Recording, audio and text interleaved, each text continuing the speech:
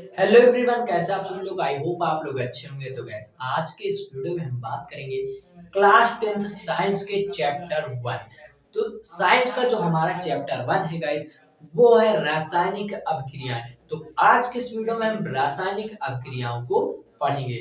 तो आइए वीडियो को शुरू करते हैं। अब गैस यहाँ पर देखिए, सबसे पहले हम बात करेंगे कि रासायनिक अभिक्रिया किसे कहते हैं। ठीक है, तो यहाँ पर देखिए मैंने हेडिंग डाल दिया है कि रासायनिक अभिक्रिया किसे कहते हैं। ठीक है, तो रासायनिक अभिक्रिया जो होती है वो क्या होती है कि दो या दो से अधिक पदार्थ मिलकर एक या एक से अधिक नए गुण धर्म वाले पदार्थों का निर्माण करते हैं। ठीक है, उसे हम क्या कहते हैं, रासायनिक अभिक्रिया कहते हैं।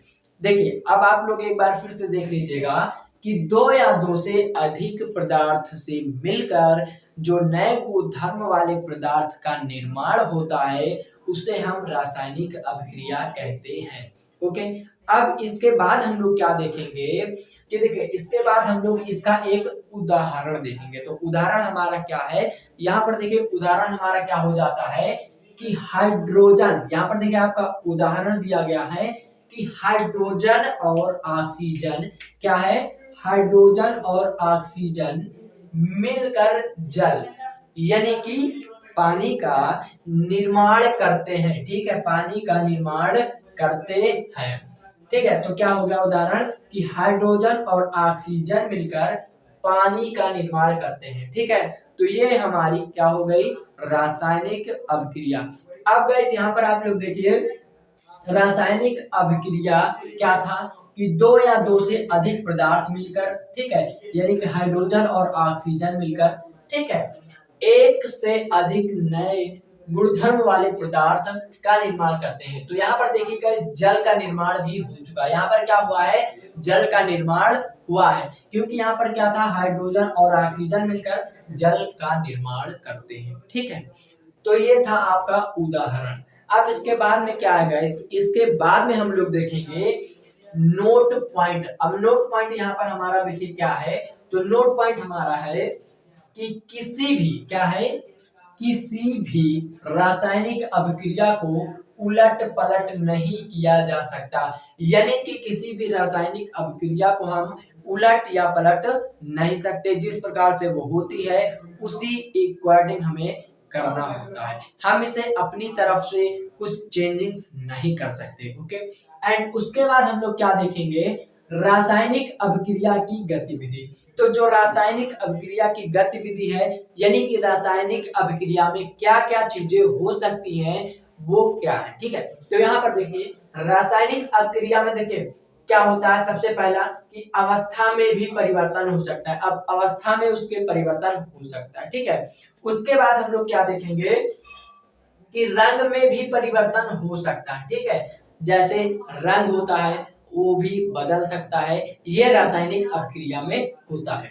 सेकेंड नंबर पर हमारा क्या हो जाता है, तापमान में भी परिवर्तन हो सकता है। अब जैसे तापमान 5 डिग्री है तो वो 10 डिग्री भी हो सकता है, या माइनस में भी 10 डिग्री हो सकता है।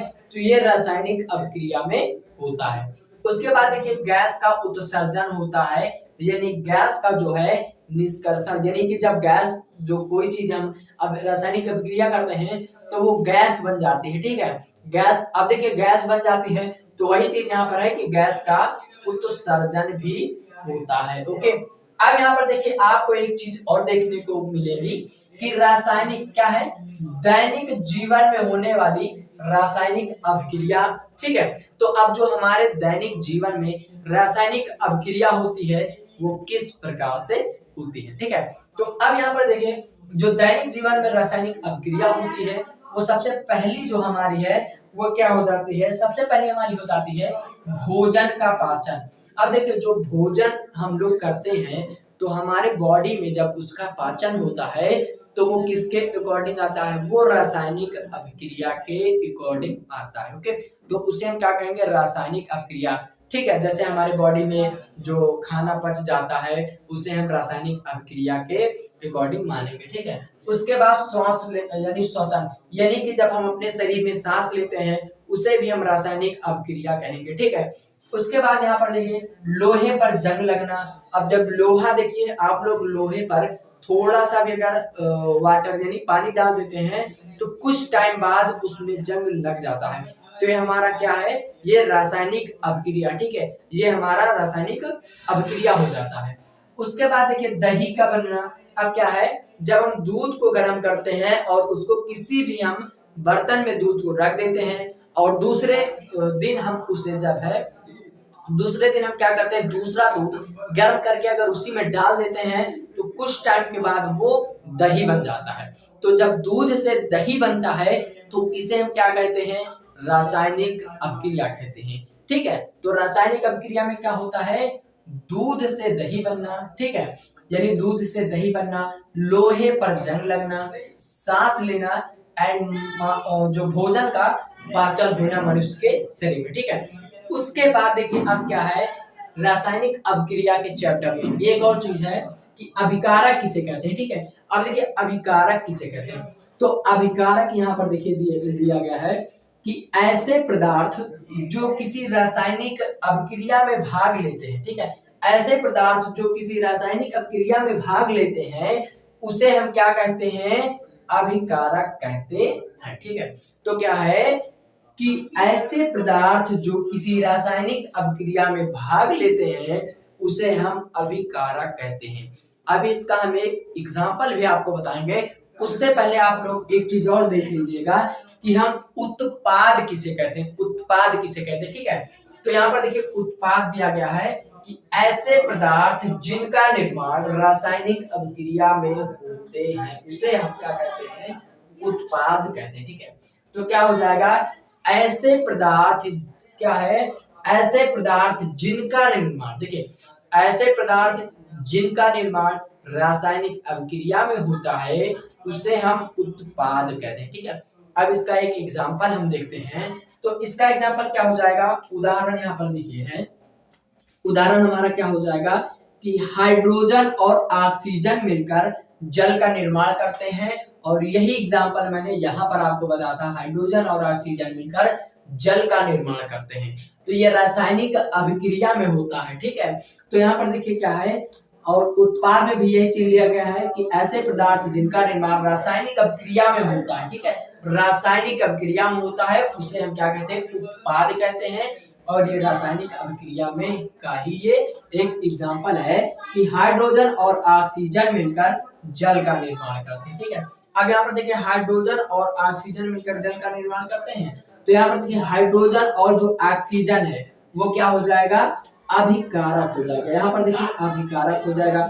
अब यहाँ पर देखिए जो यहाँ पर जल प्राप्त हुआ है उसे हम क्या कहेंगे, उसे हम उत्पाद कहेंगे, क्या कहेंगे, उत्पाद कहेंगे, ठीक है।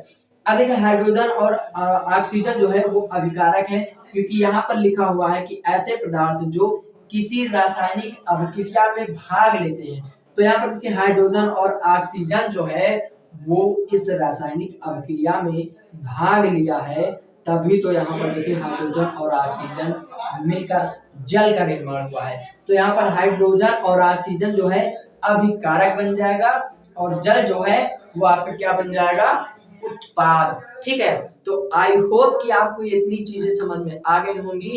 एंड अगर आपको वीडियो अच्छी लगी हो तो इस वीडियो को लाइक कर दें एंड हमारे चैनल से जुड़ने के लिए इस चैनल को सब्सक्राइब जरूर करें।